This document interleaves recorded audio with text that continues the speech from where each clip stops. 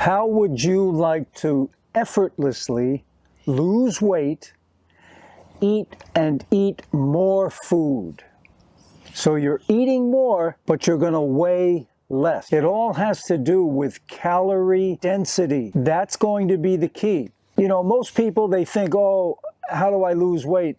I've got to exercise more and I've got to count calories. Well, what if I told you you don't have to count calories ever again, but you have to listen to me as far as what you should be eating? And basically, it boils down to fruits and vegetables. Now, this is a vegan diet, obviously. Some vegans will eat legumes, potatoes, rice, beans, whole grains, things like that. Personally, for me, I've been on that route and I like fruits and vegetables better. I feel better when I'm not eating cooked food. But you can still lose a lot of weight just being on a vegan diet and eating more volume of food.